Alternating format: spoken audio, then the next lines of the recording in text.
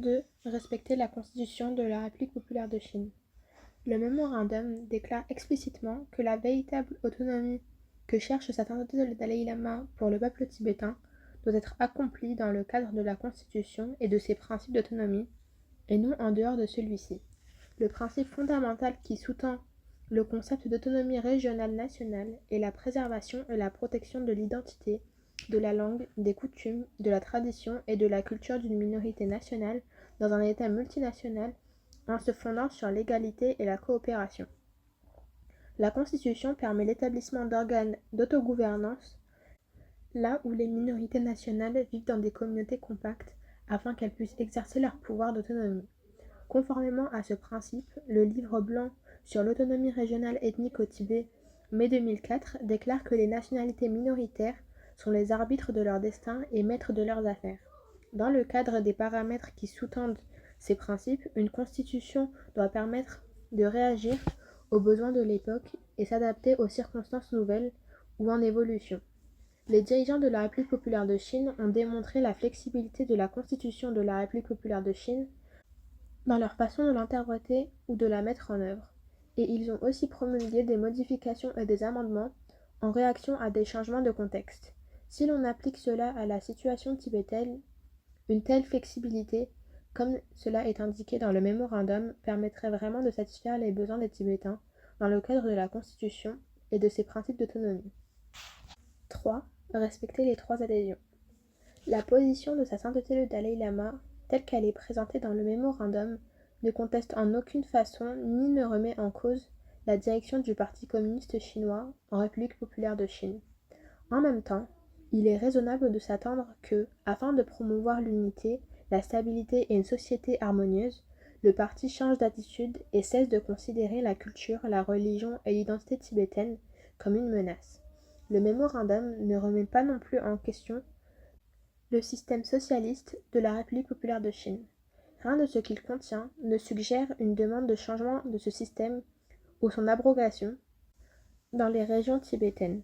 Quant au but de sa sainteté le Dalai Lama sur le socialisme, il est notoire qu'il a toujours été en faveur d'une économie et d'une idéologie socialiste qui prône l'égalité et consacre les profits à soulager les communautés les plus pauvres de la société. L'appel de sa sainteté le Dalai Lama à une véritable autonomie au sein de la République populaire de Chine reconnaît les principes d'autonomie pour les minorités nationales énoncés dans la Constitution de la République populaire de Chine et il est dans le droit fil des intentions déclarées dans ces principes. Comme souligné dans le mémorandum, la mise en œuvre actuelle des dispositions sur l'autonomie entraîne néanmoins un déni de véritable autonomie pour les Tibétains et n'assure pas aux Tibétains l'exercice de leur droit à se gouverner eux-mêmes et à être maîtres de leurs affaires. Aujourd'hui, d'importantes décisions relatives au bien-être des Tibétains ne sont pas prises par des Tibétains. La mise en œuvre de la véritable autonomie telle qu'elle est présentée dans le mémorandum garantirait aux Tibétains la capacité d'exercer leurs droits à une véritable autonomie et donc à devenir maîtres de leurs affaires en accord avec les principes constitutionnels d'autonomie. Par conséquent, le mémorandum sur une véritable autonomie pour le peuple tibétain ne s'oppose pas aux 3 adhésions. 4. Respecter la hiérarchie et l'autorité du gouvernement central chinois. Les propositions énoncées dans le mémorandum n'impliquent en aucune façon la négation de l'autorité de l'Assemblée nationale populaire, ni d'autres organes du gouvernement central chinois. Comme il est indiqué dans le mémorandum, la proposition respecte totalement les différences de hiérarchie entre le gouvernement central et ses organes, y compris l'Assemblée nationale populaire et le gouvernement autonome du Tibet. Toute forme de véritable autonomie entraîne une partition et une allocation des pouvoirs et des responsabilités entre le gouvernement central et le gouvernement local autonome, y compris celui de légiférer et d'adopter des réglementations. Bien sûr, le pouvoir d'adopter des lois et des réglementations est limité au domaine de compétence de la région autonome. Cela est aussi vrai dans les États unitaires que dans les systèmes fédéraux. Ce principe est également reconnu dans la Constitution. L'esprit des dispositions constitutionnelles sur l'autonomie est d'accorder aux régions autonomes davantage d'autorité en matière de prise de décision que celle dont disposent les provinces ordinaires.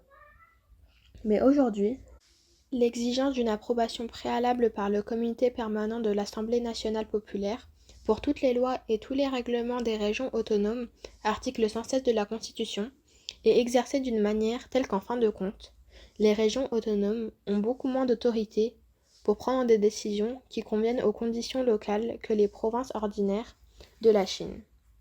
Chaque fois qu'il y a une partition ou une allocation du pouvoir décisionnel entre différents niveaux de gouvernement, entre le gouvernement central et le gouvernement autonome, il est important de mettre en place des processus de consultation et de coopération.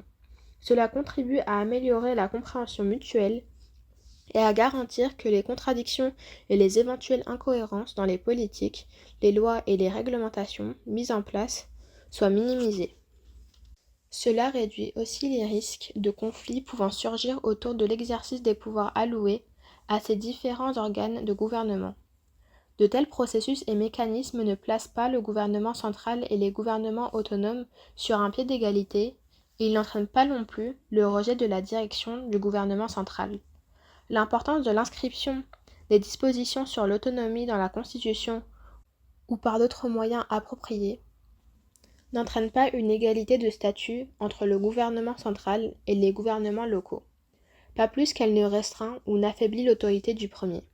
Cette mesure est destinée à fournir à l'autorité autonome ainsi qu'à l'autorité centrale la garantie juridique que ni l'une ni l'autre ne peut changer unilatéralement les modalités de base de l'autonomie qu'ils ont mis en place et qu'un processus de consultation doit pour le moins avoir lieu pour promulguer des modifications fondamentales.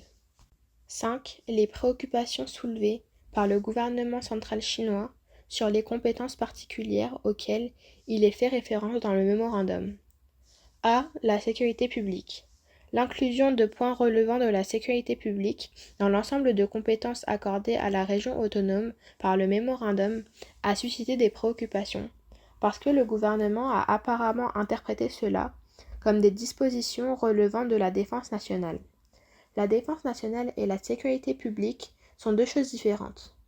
Sa sainteté le Dalai Lama est clair sur le fait que la responsabilité de la défense nationale de la République populaire de Chine est, comme il se doit, du ressort du gouvernement central. Cette compétence ne doit pas être exercée par la région autonome. Il en va effectivement ainsi dans la plupart des accords d'autonomie.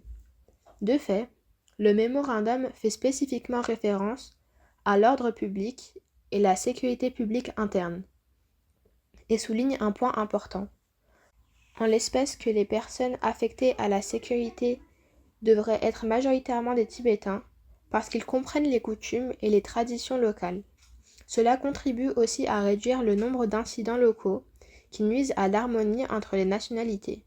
Sur ce point, le mémorandum est compatible avec le principe énoncé dans l'article 120 de la Constitution, également énoncé dans l'article 24 de la LARN, qui déclare « Les organes d'autogouvernance des régions autonomes nationales peuvent, en accord avec le dispositif militaire de l'État et les besoins pratiques locaux, et avec l'agrément du Conseil d'État, organiser des forces locales de sécurité publique pour le maintien de l'ordre public. » Il faudrait aussi souligner dans ce contexte qu'à aucun moment le mémorandum ne propose que l'armée populaire de libération se retire des régions tibétaines. B. La langue. La protection, l'usage et le développement de la langue tibétaine sont des caractéristiques cruciales à l'exercice d'une véritable autonomie par les Tibétains. L'accent qui est mis sur la nécessité de respecter la langue tibétaine en tant que langue première et principale dans les régions tibétaines n'est pas un sujet de controverse, étant donné qu'une proposition similaire figure dans le livre blanc du gouvernement central chinois sur l'autonomie régionale ethnique au Tibet, où il est dit que les réglementations adoptées par le gouvernement régional du Tibet prescrivent qu'une attention égale soit accordée aux langues tibétaines et chinoises Han dans la région autonome du Tibet, le tibétain étant la langue principale. En outre, l'usage des termes langue principale dans le mémorandum implique donc aussi l'usage d'autres langues. Le fait qu'une demande pour que le chinois soit aussi employé et enseigné ne figure pas dans le mémorandum ne devrait pas être interprété comme une exclusion de cette langue qui est la langue commune principale dans la République populaire de Chine dans son ensemble. Dans ce contexte, On devrait également noter que la direction en exil a pris des mesures pour encourager les Tibétains en exil à apprendre le chinois. La proposition tibétaine qui met l'accent sur le fait que les Tibétains étudient leur propre langue ne devrait donc pas être interprétée comme une vision séparatiste. C. La réglementation de la migration des populations. Le mémorandum propose que le gouvernement local de la région autonome puisse avoir la compétence de réglementer la résidence, l'installation et l'emploi ou les activités économiques des personnes qui souhaitent s'installer dans des régions tibétaines en provenance d'autres régions. C'est une caractéristique commune dans l'autonomie, qui n'est certainement pas sans précédent au sein de la République populaire de Chine. Nombre de pays ont institué un système ou adopté des lois pour protéger des régions vulnérables ou des peuples autochtones et minoritaires d'une immigration excessive en provenance d'autres parties du pays. Le mémorandum exprime explicitement qu'il ne suggère pas l'expulsion des non-tibétains qui ont vécu au Tibet depuis des années. Sa sainteté le Dalai Lama et le Kashang ont déjà affirmé cela clairement dans des déclarations précédentes, de même que les émissaires tibétains dans leurs discussions avec leurs homologues chinois.